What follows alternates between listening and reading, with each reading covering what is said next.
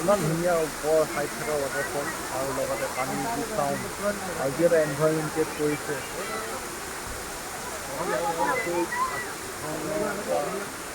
digital moments পাইছোঁ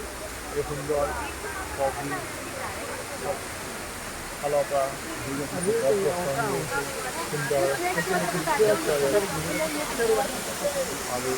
আমি এই সুন্দৰ পৰিৱেশৰ আনন্দ ল'বলৈ